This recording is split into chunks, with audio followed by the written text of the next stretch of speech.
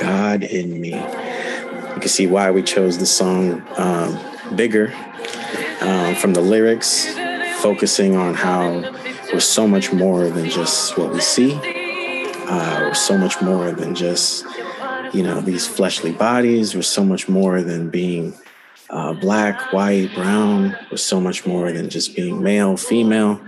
So much more. We're bigger, right? So that's the theme for today, talking about how we're just much more than what we think we are. So as usual, we will center the space with the opening meditation.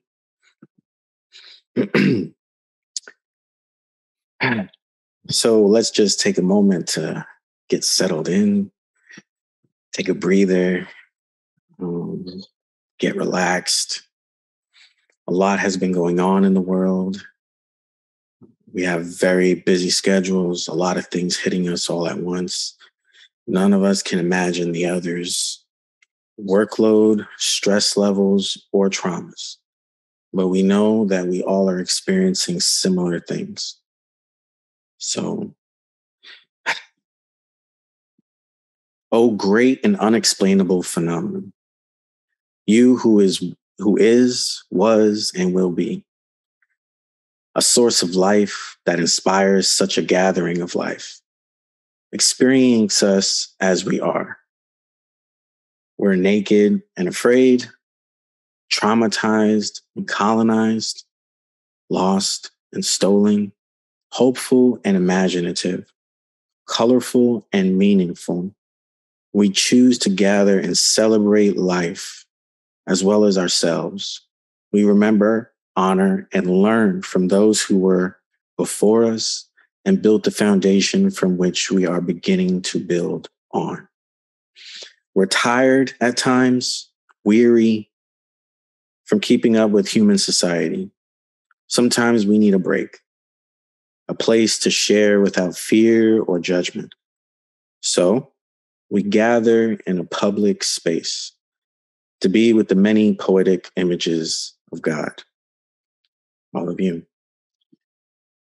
And we would like to offer a Theo poem that we was moved to write and express. It's called A Space.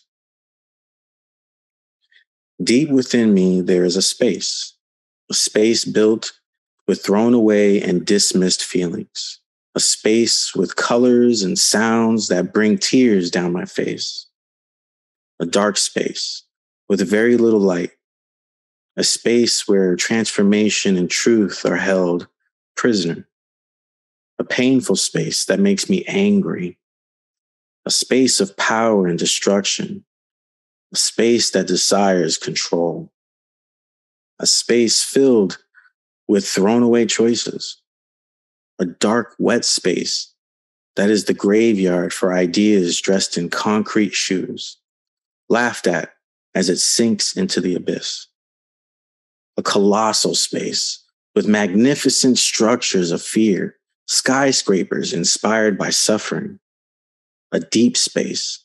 There isn't enough trauma to fill such a space of death. The stench is smelled through my pores, untamed and unexplored. We begin my quest to explore this space. Time is irrelevant, but relative in this space. We suffer in this space. We grow in this space. We fall in love with self in this space.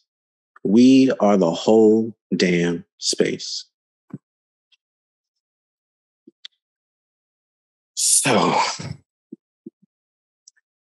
God in me. We wanted to start with our birth. We came into this world under a perception that we were a mistake. But then there was another perception that we were a miracle. We choose which perception we want to believe, but both perceptions somehow have God in them. because deep down inside, we are a mistake, yet we are a miracle. And yet God is in us. When we were born, the time of birth, it gave us this profile, this archetype, cosmic archetype of a zodiac sign, So we're a Pisces. It's only now in our life that we, in retrospect, describe our life as existing in an old smelly box. This life of poverty, this life of suffering, this life of lacking or not having enough, maybe not being loved, maybe not being supported. So we describe this as an old smelly box, something so raggedy and dingy, just left to be by itself. It's no one upkeeps it. No one maintains it. If anything, it's abandoned and forgotten. And that's why it becomes so old and smelly and moldy, But theopoetically, we look at our life as this old smelly box that we've lived in, and we've called it society. We've called it, and we've seen it and experienced it in circumstances. So a large part of my life has to do with poverty, surviving in the shelter systems, before we could even understand what that meant. It's just a whole different perspective. We remember our mom playing a game with us because we're a kid, but the only way you get kids to do things really is if you kind of make things fun, right? No matter what the circumstances. She would have this game where she said, go find some good chairs. And whatever good chairs you could find, you bring back. And she would turn those chairs into some sort of makeshift tent of a living quarters. We lived in this space. These boundaries were created with chairs, But as a child, I didn't understand this. I saw this as a game. It was fun. I was helping my mom. And she always looked at me, so proud. You found good chairs. Good job. And a good chair was one that wasn't cracked or bent or wobbles, a nice sturdy chair, So if you could imagine a child running through a government facility, if you would, city ran facility, looking for chairs and surrounded by homeless, hurt people, suffering people. But somehow as a child, as a young Pisces, I never saw that world like that. My mom always kind of helped me with that, She would tell stories and she loved movies. She was the reason we got into movies really, She was a movie head herself. She loved horror movies, so I remember my first favorite movie, believe it or not, was The Exorcist with Linda Blair. Yeah. My mom had me watching movies like that. And it was awesome.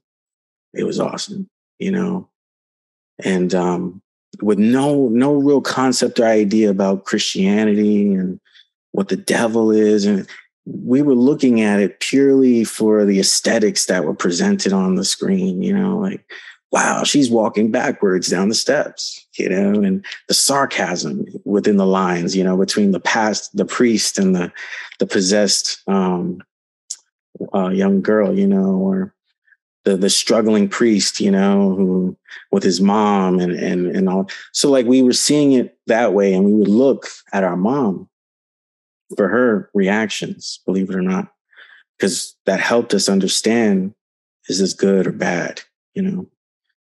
We always look to our mom's face to know, are we safe? Are we okay? And, we were blessed. Our mom was a really good liar because her face never said we were in danger.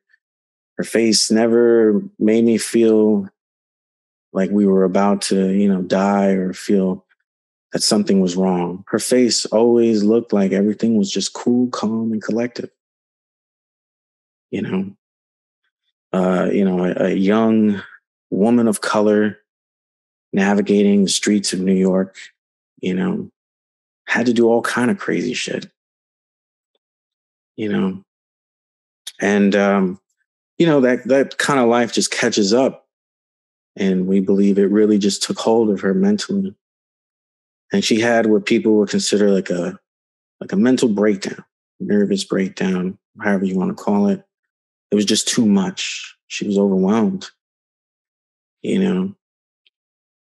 So that's when we went into foster care. And that was just a whole new system. But it was with strangers. And as a Pisces, we were afraid. We just didn't understand why we couldn't be with our mother, who meant so much to us. We couldn't comprehend that separation. And so that, along with a lot of other misunderstandings with religion, with the world, with money, with school, gender, sexuality. I mean, before you know it, I was a teenager.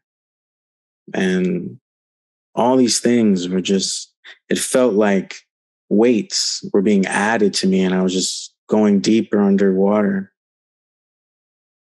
And then I started to feel like I was drowning. That feeling of the past the point of return. Like, I think I've gone far enough where my legs won't make it. I don't think I'll make it to the top in time. Like that point, that's scary, and we felt that. And so we resorted to a lot of different things, like gangs and drugs and violence, but, all the while, God was still in me.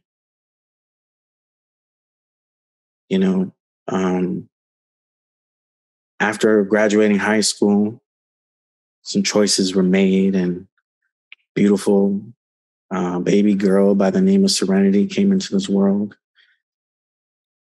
And to me, she was the best choice I've ever made. And we fell in love, and all those gangs and violent things had to stop.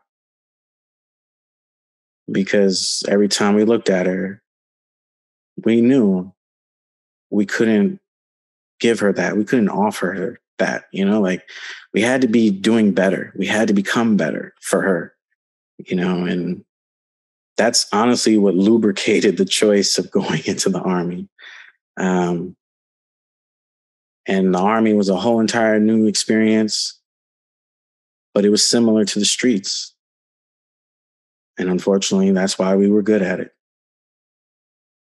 And we were able to keep our calm, cool, collective composure when so many were frantic. And we were given awards for things like that. And all we really did was just do what our mother would have done. And so we learned that without knowing that.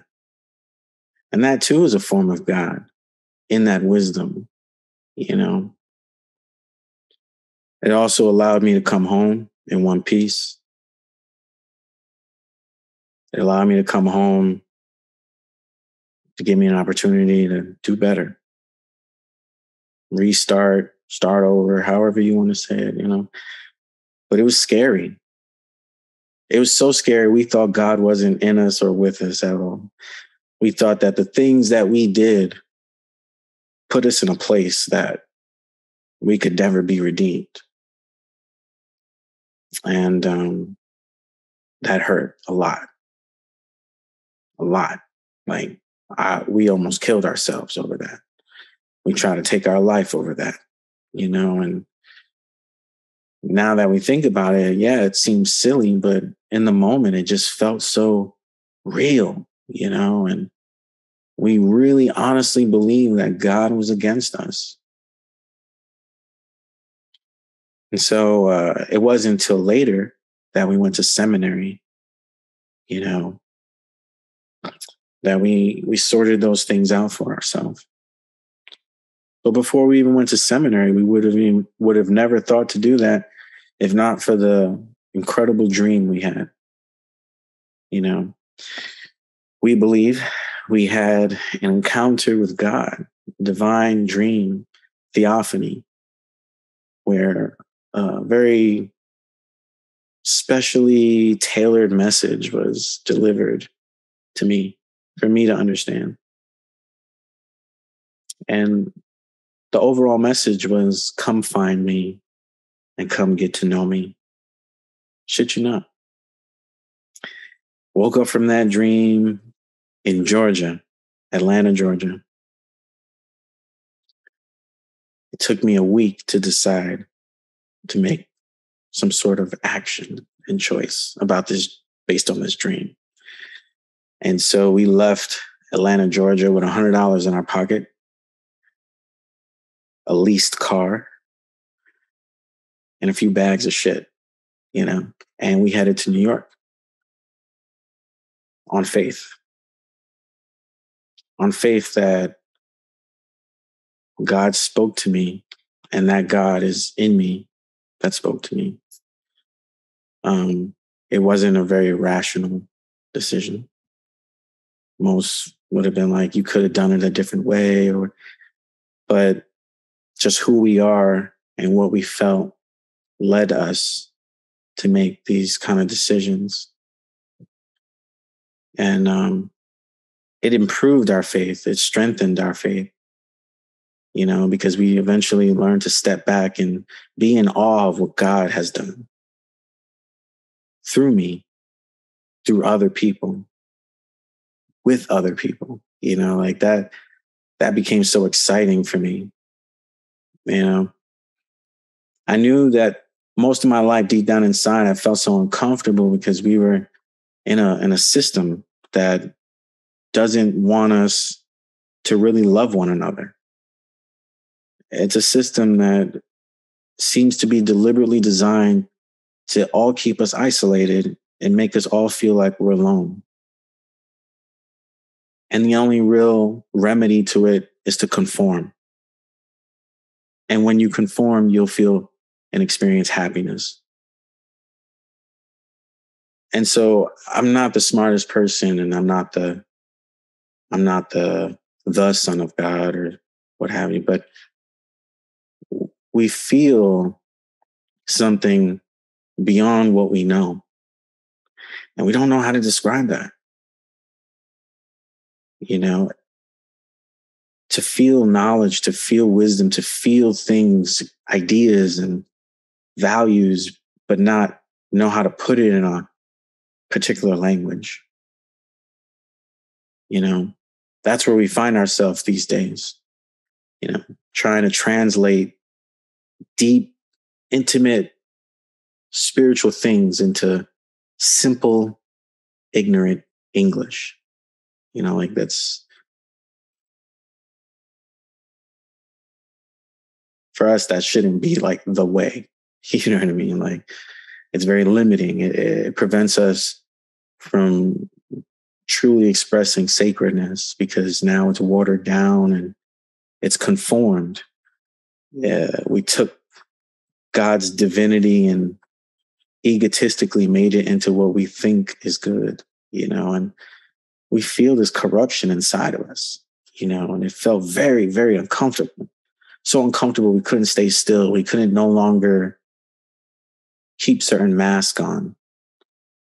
We couldn't continue to dress the way we were dressing. We couldn't continue spending money the way we were spending money. We couldn't continue living where we were living. We couldn't continue being friends with people that we said we were friends with. Like, life changed drastically for us. And it was very traumatizing. A lot of people talk about the good things about God and me and God in my life.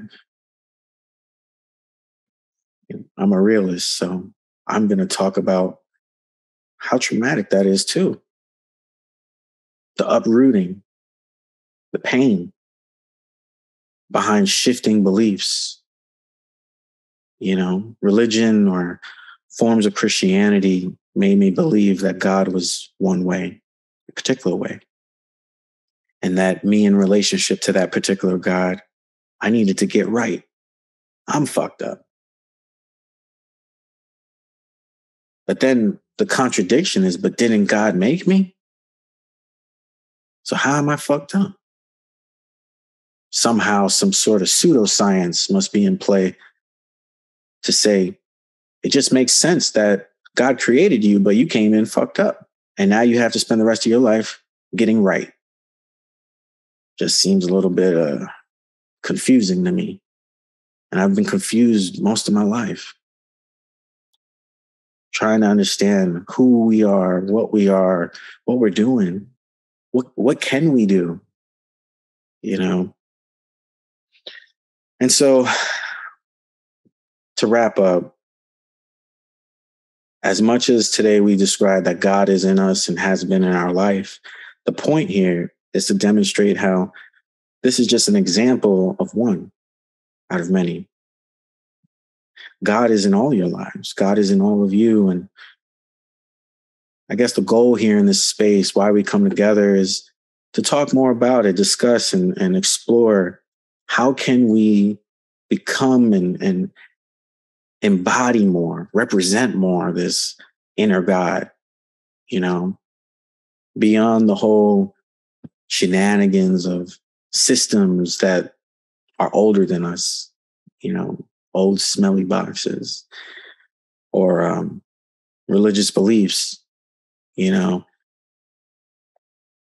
Religion isn't bad and it isn't all wrong, but it has been used as a weapon. I think all religions have been used in ways like that for political gain, to control people's minds. And so what we're really talking about here is, taking back our ability to think for ourselves, But the more important part is when we start thinking for ourselves, we start considering other people, other things, because we realize it's not just you or me, like we say self, but that's just a very watered down English word to represent a very complicated, symbolic thing. We don't have any better language for it yet,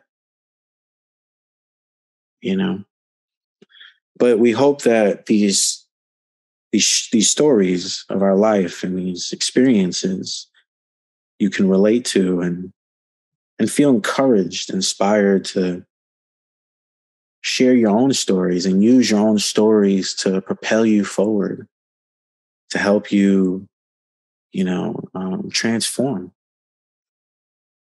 Because the goal here again is not to conform. It's chaotic in that sense, right? We're all different, but yet we're all somehow part of the same thing. And that's a beautiful thing. And I think we've been Houdini'd to believe that that's a terrible thing. And that's something that we need to just control, and take it into our own hands. So now we move into the time and space of opening it up to dialogue. What did you feel? What are your thoughts? Has there been something that you've been reminded of in your life, based on what was expressed and shared, that you feel like you want to share? And if you don't want to share, that's fine too. Don't feel pressured at all. But just know that whatever you share, we accept. And we will try to the best of our human ability to understand and empathize with, because we all have different perspectives, But please, what do you guys think?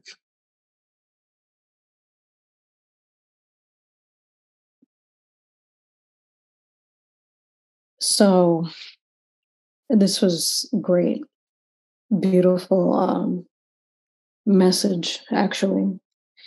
For me, like I thought about when you're doing what you're told, it keeps you safe, or this idea that it keeps you safe. And I think in my experience or my past experience, I felt, like I was scared. So even though I'm doing these things, I'm still scared.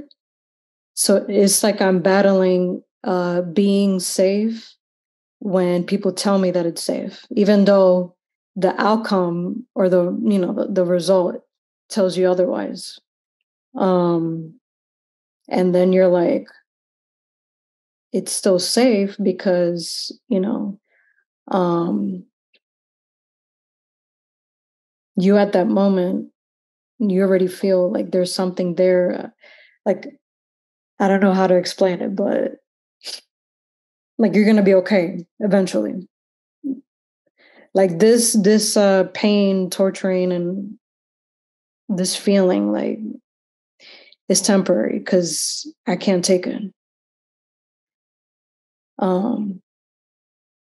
So even when you talk about people or when they experience suicide and stuff, thinking by doing it, you'll be safe after you get rid of this pain.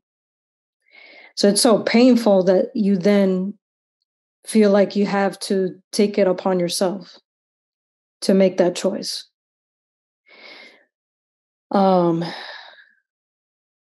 And I don't know, like right now at this moment, like I'm thinking about a lot of the people that, they didn't feel, that way, and they're no longer here. So for anyone that has experienced that, like, you then think about like, wow, if I was in their shoes or something, like what would I have done or something? I don't know. No, yeah, that's a good point, right? Would you have done anything different? We've played that kind of scenario in our mind too, and that's honestly what led us to the practicing of and the discipline of not judging people, because it just after a while doesn't make sense. You're really just judging yourself, because when you think about it, if you were put in that situation, what would you come up with? And then when you feel like you don't come up with enough solutions or to figure it out, you feel inadequate, So it's like, oh, you should have done it differently. And it's like, it's easier to say that, right? It's easier to tell someone, do better, but it's so much harder to actually do it, right? So, Spot, wow, thank you. Actually, were you about to say something? I want to begin by saying thank you so much for this space. It's an honor to be here.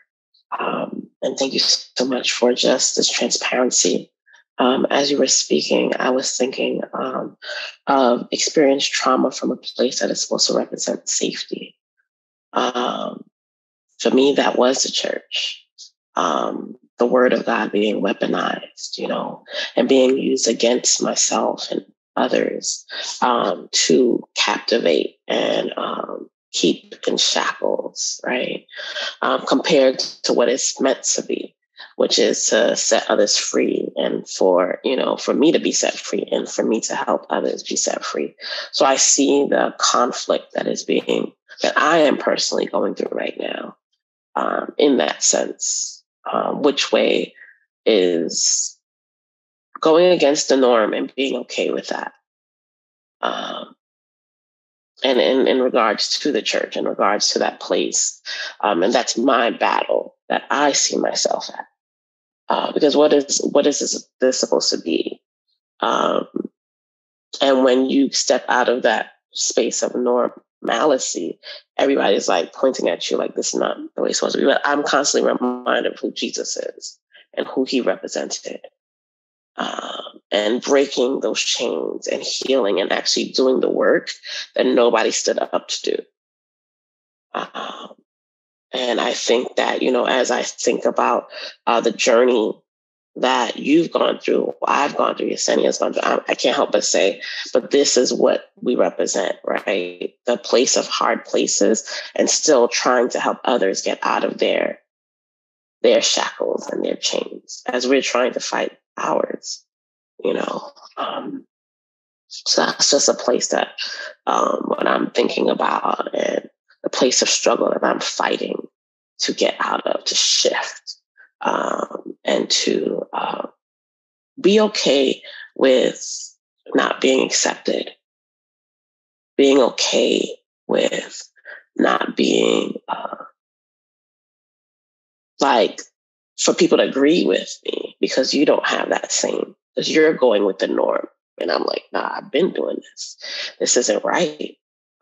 You don't see what's happening. And seeing the few people that are fighting, struggling, and cannot be who they are and being in their truth is a problem. It's a problem. It's a problem. And not realizing that those messages or those voices or those dreams or those moments that God spoke to each and every one of us, who really heard and did something about it versus who didn't, you know.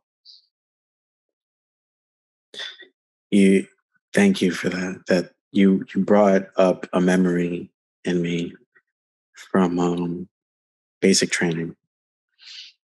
When we were in basic training, we were from Brooklyn, and we were in Texas. No, we were in Texas. And it was so new for us. Like, we've never been outside New York. We were young. We were, we thought we were hard, and we thought, we were gangster, like we was. And going to basic training, they smiled, when they saw me, and I didn't understand why the drill sergeant smiled, and out of everybody that got off the bus, like, they saw me, they got excited, and I didn't understand it until later on. But what we didn't understand was they were excited because we were a challenge, and they were going to enjoy breaking us, because we came with so many things, When we joined the Army, we had a lot of shit going on, and it kind of showed. And in the military, you really learn quick how to organize your shit, get your shit together, and if it's too heavy, you got to cut it and you got to keep going. Like, there is no time to think about, damn, should I go back? Like, they train you to just do or die, do or die, do or die. And this also was a process of conformity, though. And that's where I'm trying to really get to. It was very traumatic for me because a lot of my culture was built around my upbringing. And this was an entirely different culture. And in order to thrive in this space, I had to become good in the eyes of this culture, not my previous culture. And so we had to be stripped of almost everything that resembled our previous culture. Hair, saggy pants. I got a belt. And, I used all my holes on my boots. I folded my socks, and woke up really early in the morning and done a bunch of stuff, like it was a completely different culture, life. And we spent like a month crying, calling home, crying, to our Nana, like, I don't want to be here. I hate it.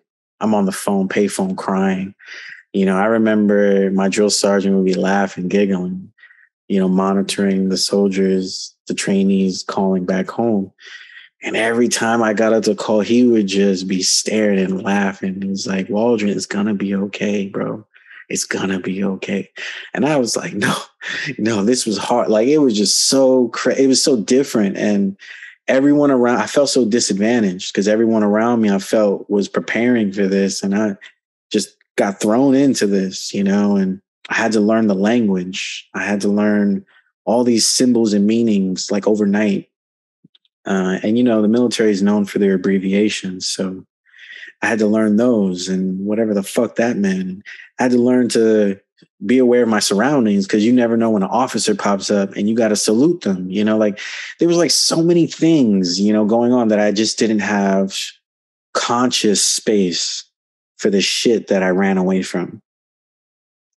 And so that shit just got compressed. And before you know it, I was an outstanding soldier, always on his toes, good to go, squared away, like, but deep down inside, I still had that shit. And we ignored it very well. But when we got out, that shit unraveled. And it fucked with our mind in terms of being good and functional and useful and meaningful and purposeful. Like in the military, we do what we're told. Get out. This concept of thinking for myself was not there. I was just looking for the next master, the next supervisor to overlook me and guide me, and so it's like we got initiated into this culture of following and doing what you're told, and that was how you would be successful.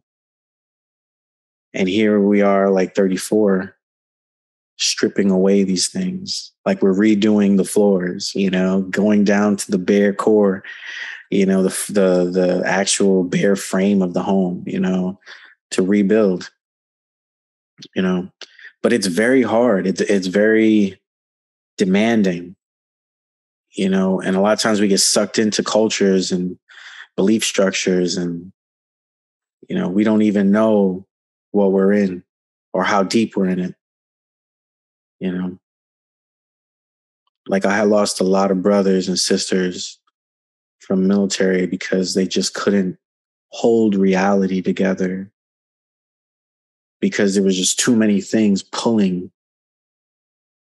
and demanding. And, people die from these things. It kills us. This isn't just like, it hurts. It kills us.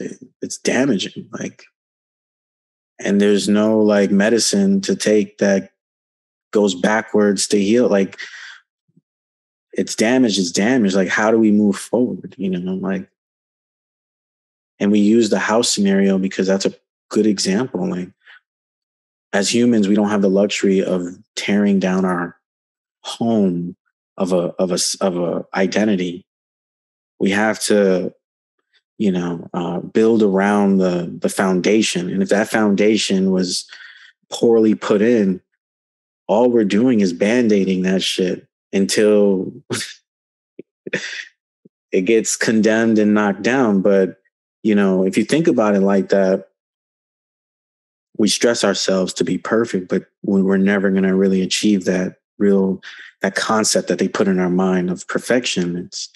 It's whatever we make it to be, what's good enough for us, what's doable for us, like, so this also plays into the whole colonization of things. Like, if colonizers are setting the standard and saying this is how things should be, and we don't know anything other than that, that's our foundation. And it's in our language. It's in everything, So again, we created this space with the idea that it's so hard out there. It's challenging. It's damn near impossible. So if we come together slowly in these kind of pockets of space, then we stand a chance of, adapting and developing new solutions to better ourselves, our children's future, and themselves. Before you know it, we'll become the seniors of senior population. The millennials will be, the elders. We'll be the ones trying to preserve history, or that bridge between what really happened and what they want you to know happened. We're already facing that, right? Like, the battle and war of information. Me and Harry were talking early before this about that. The battle of information, we're just battling over beliefs. whose belief is more right, more superior, more eloquent, proper, pure. We're always looking for that, and in that process, we're discriminating, we're hating, putting other people down, telling them they're wrong. And then we become those assistants to the colonizer, those house slaves, Are we sick, massa? Are we okay? And never thinking for ourselves, And so that's what we're trying to do here, man. Just start thinking for ourselves, but form a community that thinks for themselves. People thinking for themselves is dangerous only to colonizers. And once we break that fear for the majority, it's all downhill from there. What? I can formulate my own thoughts? Yes. I can do it my own way? Yes. But as a community, we can develop ways to do it even better how we see fit. We become masters in our own right, instead of, competing and comparing, it'll be more of a contrast, I guess. I love that Yesenia used that word, contrast. It's more contrasting than comparing. But does anyone else have anything to share or contribute? If not, that's cool too. I'll add something. It was something you were saying. A film came to mind. I do have my boys, and they like watching them Lego movie. And what you're saying is pretty interesting. The need for us to come together and still have our differences and still be able to have mastery and create. But the question you're still struggling with is always, how can we be differently creative and yet still have some form of unity? I think that's always the constant struggle, because you can be so diverse that you can't come together because we're trying to maintain what is different, right? And why the Lego movie film is significant is you have these two rivals, and a third comes along towards the end. But one of the rivals is corporations and how they are able to unify. They unify by way of standardizations, economic wealth, but what you need to do is sort of let go of your creativity, let go of that sort of what you are. You become the values of that corporation. And you see within there the dangers of that when you see the police officer and they erase one of his alter egos, with the, what's that, nail polish. And he erases one of his faces. And maybe that renders, that is a wonderful depiction of the struggle where we're in, right? The two faces. Here's one world that I have to be confined to, but here's this other world of who I am, and I don't know how to show that because it is actually against this which is corporatized, that which is controlled by economic factors, and so on and so forth, right? And then you have a bunch of master builders who are archaic, but it's wonderful, right? They're archaic in a wonderful way, and they develop these beautiful worlds. But because they're trying to be who they are fully, it conflicts with any type of unity. And so we have just a bunch of different people. They're doing their own thing, and they could be easily defeated, right? Because we still have to realize that there is power in unity. There is power in some form of solidarity.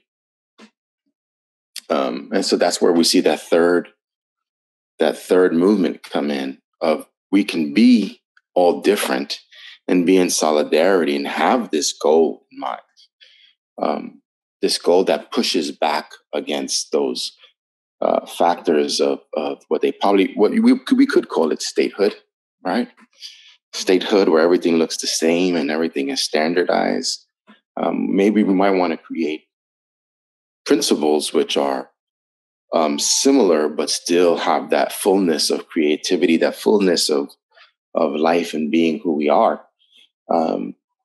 But doing that together. And those are some of the pieces I felt that were being echoed and that I resonated with in hearing this today, right? So, so we have this army, which is statehood, right? Is we got to protect. So we got to break you down. You can't be who you are. You have to be something else. You're fighting for freedom. You're fighting for this. You're fighting for that. But in a way, that means you can't be who you are.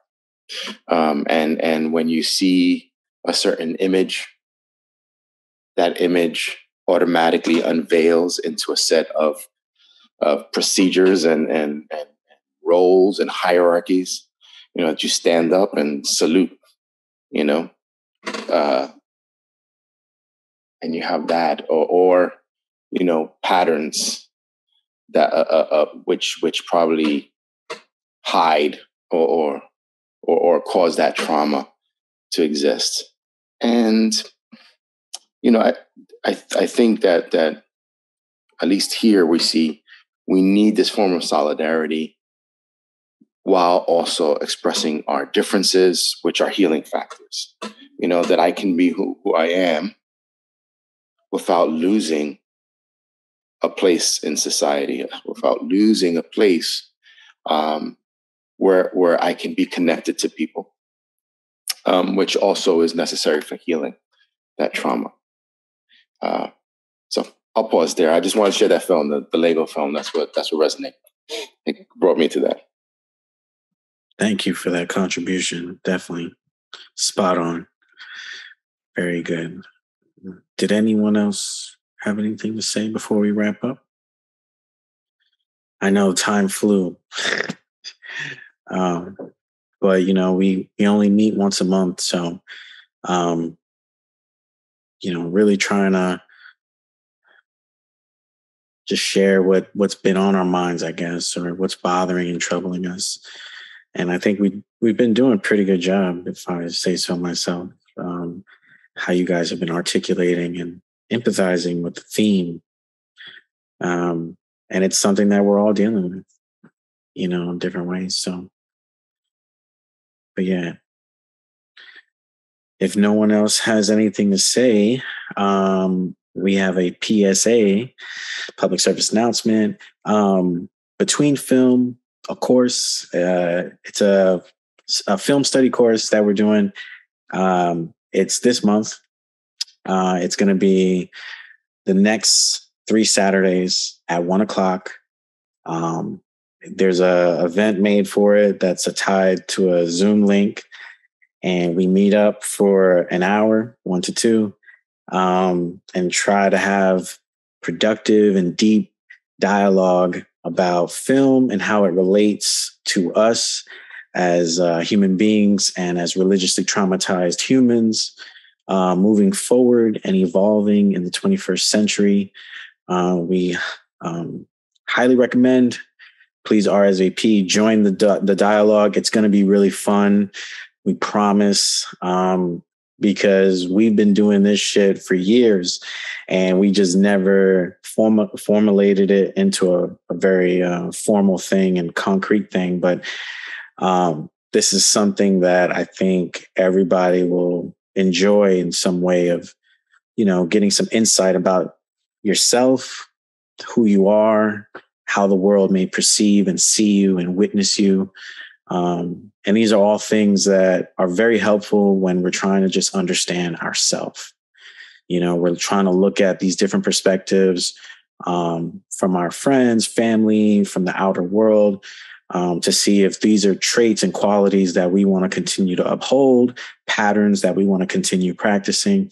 This is all part of the path or process, journey of knowing self. You get to realize what you're really, embodying and representing, and you get to take choice and choose, do you still want to hold these things? But you won't be able to really know it's something that you want to change unless you visually see it on the outside. And that's where films come into place. When we see it in film, like, well, I didn't like that.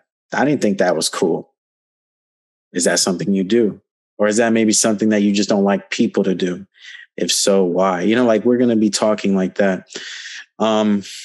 So if you can make it, it would be dope. If not, it's going to be recorded.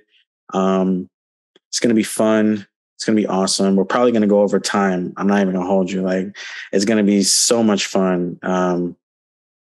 Because there's just so much to talk about in terms of how films relate to us. And we have a passion for this. So there's always that icing on the cake. But that's really it. You want to talk about that right quick? You're saying? Oh, I mean, if people would like to remain just a few more minutes, but if not, sure. Go ahead. Speak. So a quote or something that Aaron shared with us today, coming to the world fucked up, then having to spend the rest of our life getting it right. It really feels that way. Like right now, it feels like that, like life, right? So it's like finding or creating new ways to kind of, like surviving, but surviving in a way where you're not hurting yourself or others. Because there's the other way of surviving, which is what we've been told. And this is what you do in order to be right, to be accepted, to ignore yourself, who you really are. And a lot of the times that comes off as, this is how you become successful. And because success is something that a lot of people are trying to achieve. So if that's the language, then we really are holding on to an old way, or how Aaron would say sometimes, primitive way of thinking, and how harmful and destructive that can be for anyone right now, like trying to get it right. Like, what is this getting it right? That's all I wanted to share. No, thank you for that. That you're right. It's mind-boggling, right? It's just no words for that, right? That's where I think where we're stuck at is, what is this idea of getting it right or being right or doing right? And I think that's kind of really why we've formulated the space, like coming together to share these beliefs and ideas, but furthermore, advance forward in thinking, how can we think beyond this? This can't just be it. Funny enough, I've been like a year and a half, maybe, or a year into this program, the dissertation. It wasn't until like a month or two ago that we had like what we perceived as very deep revelation. Sorry, I'm getting my words mixed up. But this revelation that was just like, wow, what you're doing and what you're working on is so much deeper than you can imagine. And we're not trying to do it all, but this is the start. But the idea that spearheading the initiative to collaborate with people. I love what Raphael brought up, the unity aspect. Yes, like there's great things in unity if we can work together. And we saw and witnessed that firsthand in the military.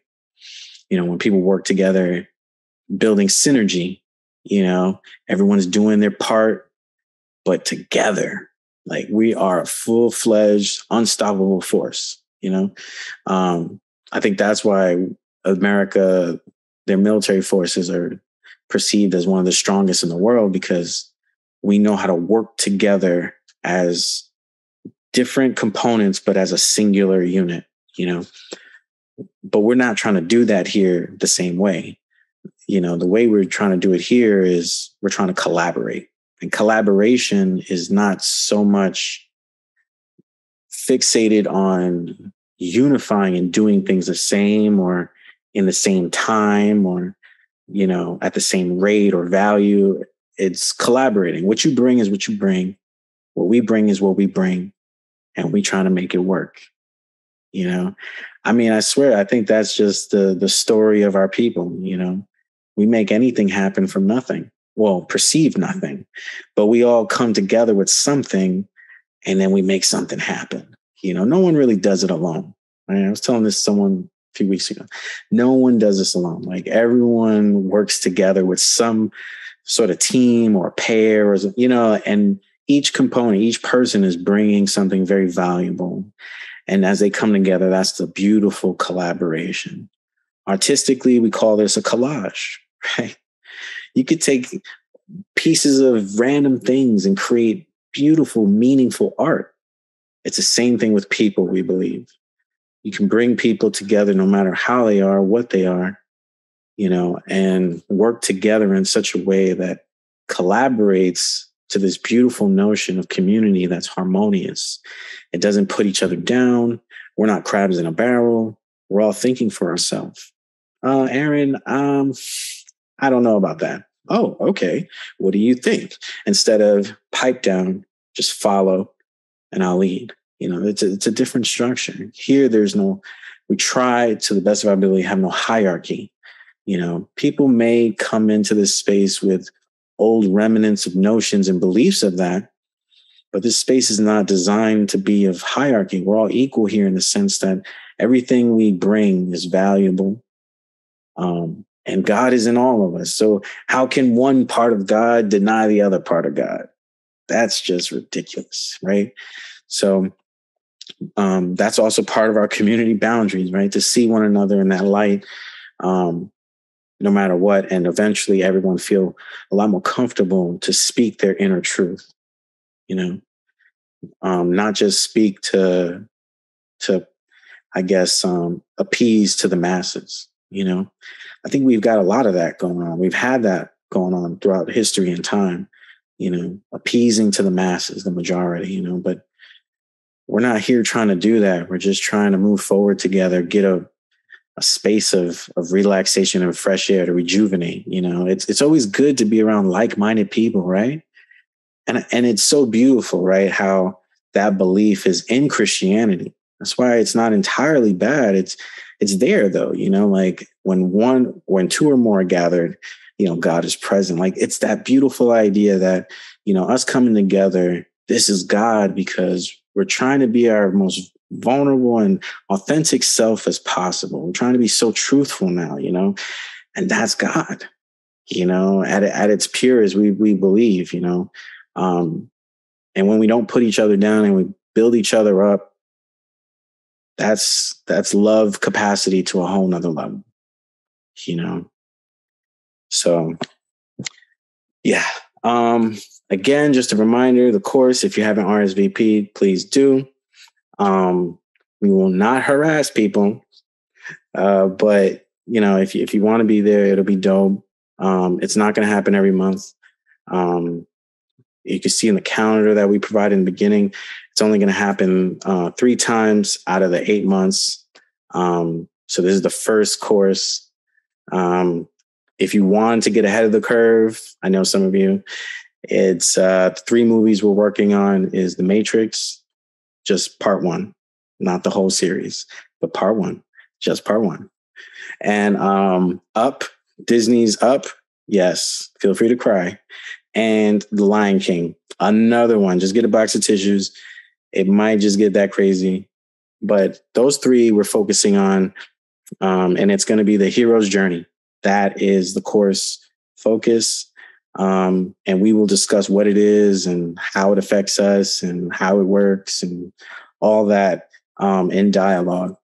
So if everyone's hearts and minds is content, we love you. Thank you so much for sharing space with us.